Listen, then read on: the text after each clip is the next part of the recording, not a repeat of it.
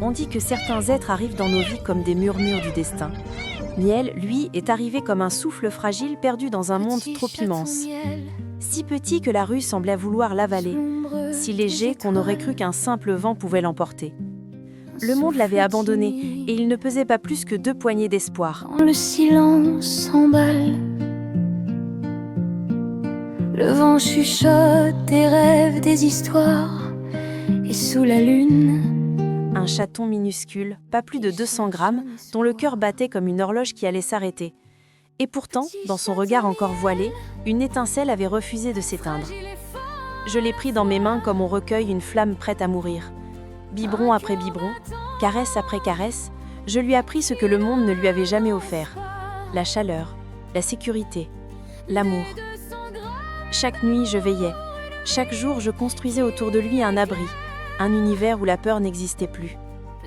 Il apprenait, maladroitement, à survivre, puis à vivre. Ses yeux se sont ouverts au monde comme 2 petites lanternes, éclairant enfin son chemin. Il faisait ses premiers pas, ses premiers jeux, ses premières maladresses, et je découvrais avec lui la fragile boîtier d'une renaissance. chaque pas vacillant, une danse sacrée. La nuit murmure, le jour te console, petit chaton miel. Tu joues ton rôle. Les feuilles tombent et toi, tu t'élèves. Chaque ronron efface les trêves. 1 mois plus tard, il gambadait déjà comme si la vie n'avait jamais essayé de l'effacer. Chez le vétérinaire, entre antibiotiques et examens, il s'accrochait encore, comme s'il voulait prouver que les miracles existent, parfois sous la forme d'un chaton roux. Puis les saisons ont tourné. 5 mois ont passé. La flamme fragile est devenue un petit soleil. Courageux, joueur, indépendant, Miel n'était plus ce souffle que la rue voulait étouffer.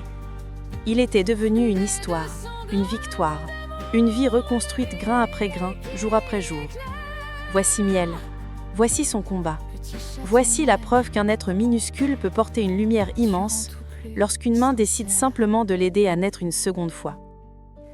Si cette histoire vous a touché, je vous invite à vous abonner à la chaîne et à activer la cloche pour ne rien manquer des prochaines histoires de sauvetage et de renaissance. Votre soutien donne une voix à ceux qui n'en ont pas.